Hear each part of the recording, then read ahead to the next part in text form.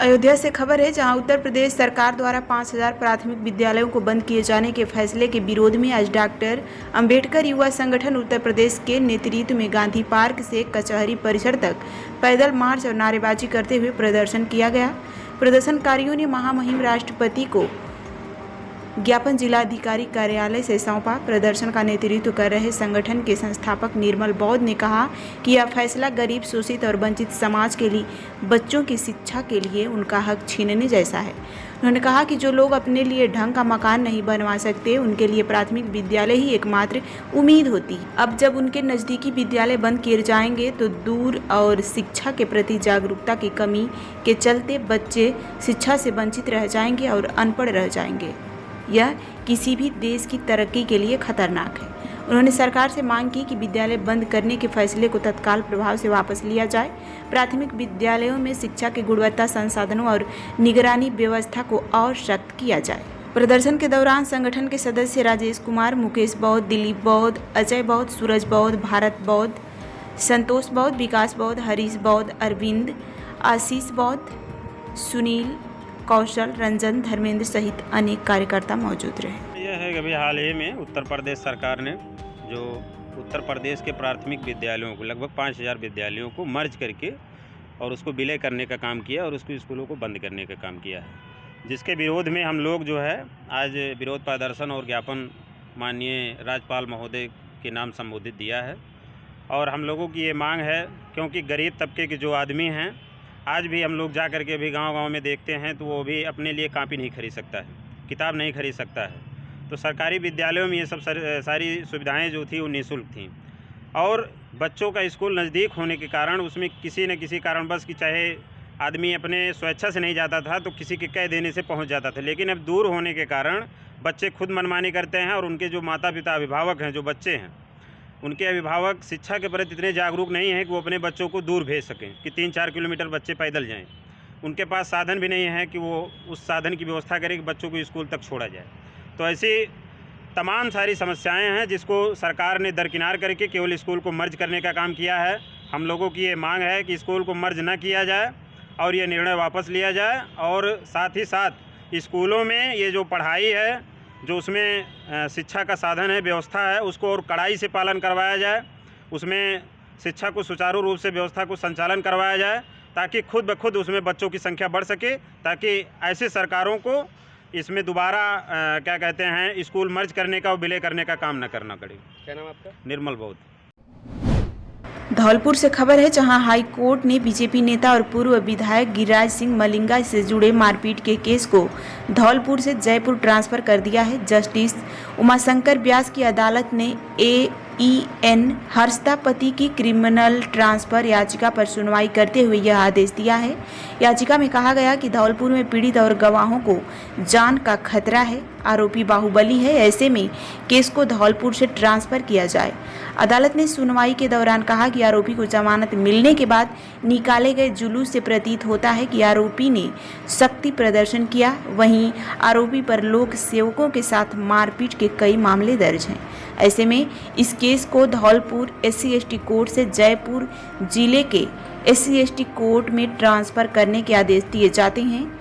याचिकाकर्ता के वकील अखिल सिमलोट और मालती ने बताया कि अदालत ने केस को जयपुर ट्रांसफर करते हुए जयपुर पुलिस कमिश्नर को निर्देश दिए हैं कि वह सुनवाई के दौरान सुरक्षा के पुख्ता इंतजाम करें। वहीं धौलपुर SP को कहा गया कि वह गवाहों को समन व नोटिस तामील कराने के सहयोग करें। साथ ही कोर्ट ने केस में केस ऑफिसर्स स्कीम के तहत 1 SI और 2 ASI लगाने के निर्देश दिए हैं, जो कोर्ट को इस केस में सहयोग करेंगे। इसके साथ ही ट्रायल कोर्ट को कहा गया है कि वह केस की क्राइम फ्रेम में सुनवाई पूरी करें। इस केस के आरोपी पूर्व विधायक गिरिराज सिंह मलिंगा फिलहाल जमानत पर बाहर है। मलिंगा को हाई कोर्ट ने करीब 3 साल पहले 17 मई 2022 को कोरोना के चलते जमानत दी थी, लेकिन मलिंगा ने जमानत मिलने के बाद अपने समर्थकों के साथ जुलूस निकाला था।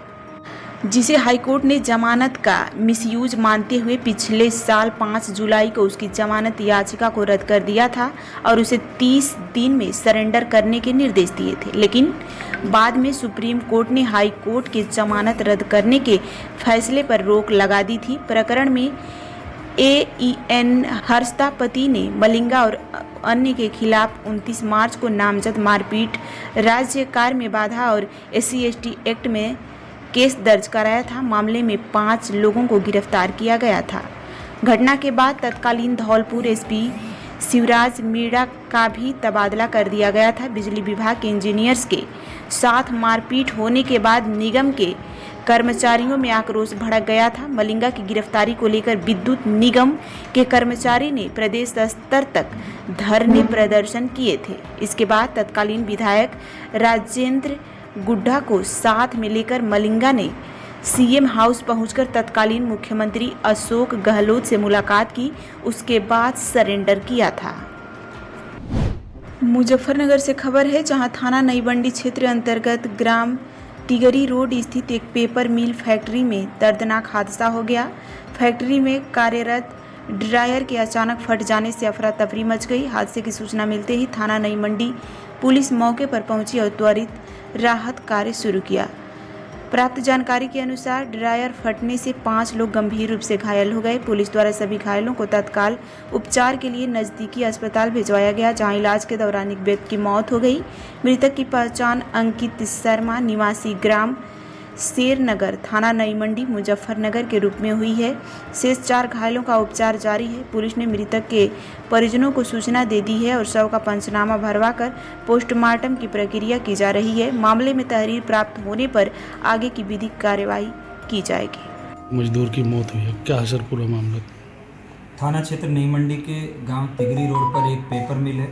वहां आज सुबह उस फैक्ट्री में एक ड्रायर फटने की सूचना प्राप्त हुई थी। पुलिस द्वारा तत्काल मौके पर पहुंचा गया था। इसमें 5 व्यक्तियों के घायल होने की सूचना थी, जिसमें एक व्यक्ति की उपचार के दौरान डेथ हो गई है। बाकी 4 व्यक्ति जो उनको सामान्य चोट थी, उनका इलाज चल रहा है।